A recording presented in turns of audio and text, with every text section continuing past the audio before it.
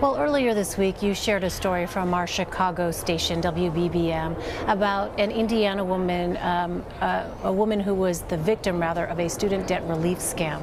You are co-sponsoring bipartisan legislation that would stop these types of scams. Why do you think that this issue in particular can get bipartisan support? Well, I mean, why wouldn't something like that get bipartisan support? And the only reason that won't occur is because the institution and the mechanisms here won't get that across the finish line. That should be something we get 100 votes in the Senate for and 435 or whatever it is over in the House.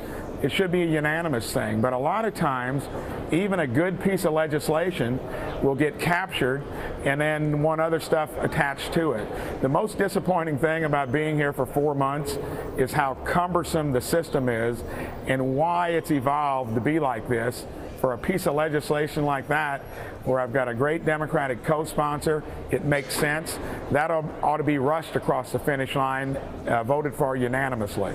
So what's your plan then to try to get that across the finish line? Well, we're going to keep talking about its attributes, and I think there will be some legislation like that that's not broad in scope, it's not ideological, just common sense that'll make it through. I'm worried about the big issues that beset this country. Cost of health care. You know, our talk about the Green New Deal, which would double the size of our federal government.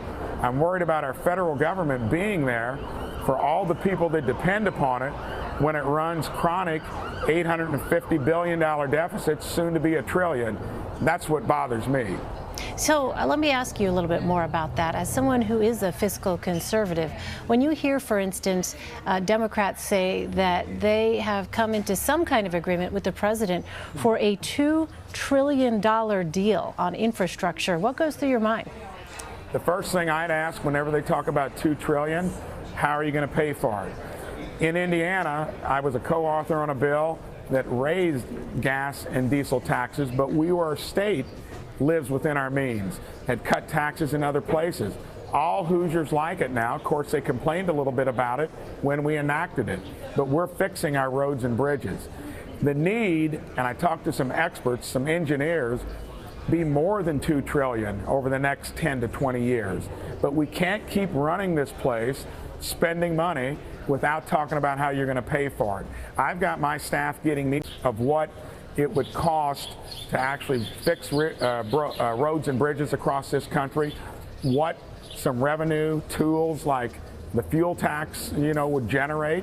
And you can't talk about spending any money until you're honest about how you'd pay for it and you build the consensus to do it. We did it in Indiana on infrastructure. I think that might be possible here, but you can't just throw big spending figures out there and get the American public to buy it. They've seen poor results on that kind of presentation over the last 2 decades. Do you think under this administration there's been enough of a focus on debt and deficits?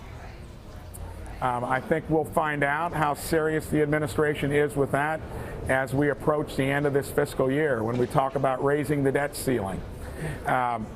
So far, what I can see here is Democrats kind of roll over to Republicans on defense.